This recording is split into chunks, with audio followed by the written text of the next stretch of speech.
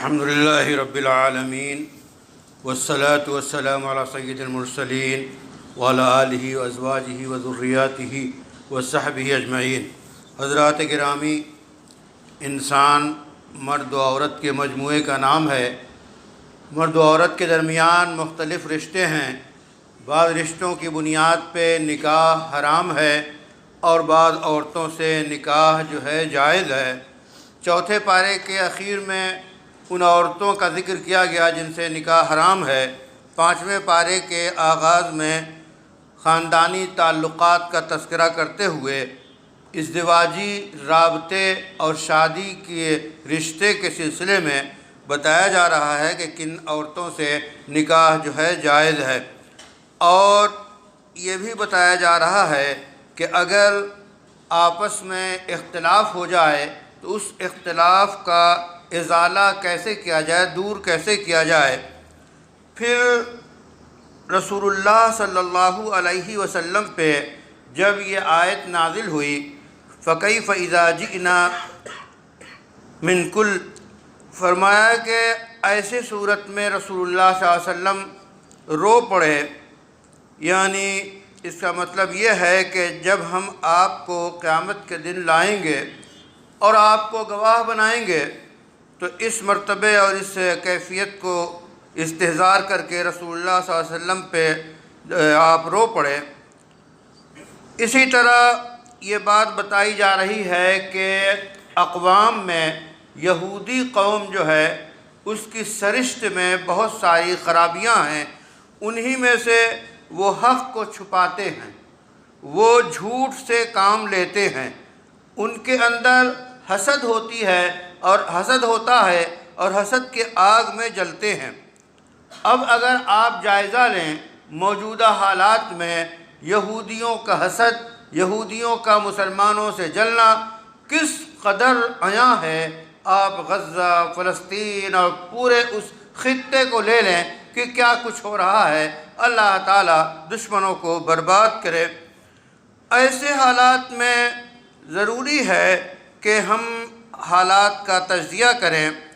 پھر اللہ تعالیٰ نے امانت کے سلسلے میں بتایا کہ امانت کی ادائیگی ضروری ہے۔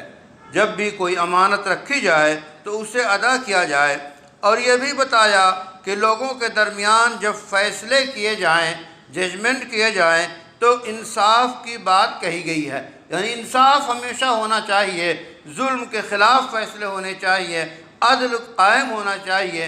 تو عدالتیں ہوں یا افراد ہوں، جب بھی کوئی فیصلے کریں تو عدل اور انصاف کی بنیاد پہ کریں۔ اسی طرح حکم دیا گیا ہے کہ ہر حال میں اللہ اور اس کے رسول کی فرمانبرداری کی جائے اور اللہ کے حکم کو مانا جائے۔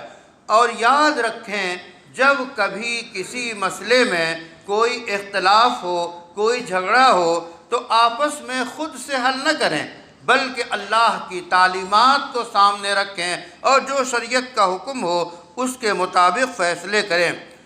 یہ بھی ضروری ہے کہ تنازعات اور جھگڑے اور اختلافات کتنے ہی ہوں، شریعت کا قانون اس کے اندر موجود ہے اور ساری رکاوٹوں کو وہ دور کرتا ہے۔ اس لیے ضروری ہے کہ جو لوگ اس فیصلے کو قبول کرنے میں قیل و قال یا وہ ہچکچاہٹ سے کام لیتے ہیں، ان کے اندر نفاق موجود ہے۔ یہ بھی بتایا گیا کہ دیکھیے، زندگی کے ہر مسئلے میں اللہ اور اللہ کے رسول کا جو فیصلہ آ جائے اس کا ماننا ضروری ہے۔ یہ بھی بتایا گیا کہ اللہ کے راستے میں جب نکلنے کی بات آئے، یعنی دشمنوں سے مقابلے کے لیے، دفاع کرنے کے لیے، اسلام کے تحفظات کے لیے جب نکلنے کی بات آئے تو ایسے وقت میں شیطان بہت بہکاتا ہے۔ کسی طرح شیطان کے بہکانے میں نہ آئیں، بلکہ جو ضرورت ہو اس کی تکمیل کریں۔ اسی طرح یہ بہت اہم بات ہے کہ ایک مسلمان کسی مسلمان کو قتل کرنا حرام ہے، بہت سخت مسئلہ ہے۔ اگر کسی نے قصداً کسی کو قتل کیا تو اللہ اس پہ ناراض ہوتے ہیں، اللہ کا غضب ہوتا ہے، اللہ کی لعنت ہوتی ہے، جہنم رسید ہوتا ہے، ہمیشہ وہ جہنم میں رہے گا۔ اتنی سخت سزائیں ہیں۔ آج ہمارے درمیان معمولی باتوں میں نوجوانوں میں یہ جذبات پیدا ہو جاتے ہیں کہ وہ ایسے اقدامات کر اٹھتے ہیں۔ انہیں جائزہ لینا چاہیے کہ ایک انسان کی کتنی اہمیت ہے۔ قتل کرنا سخت گناہ ہے۔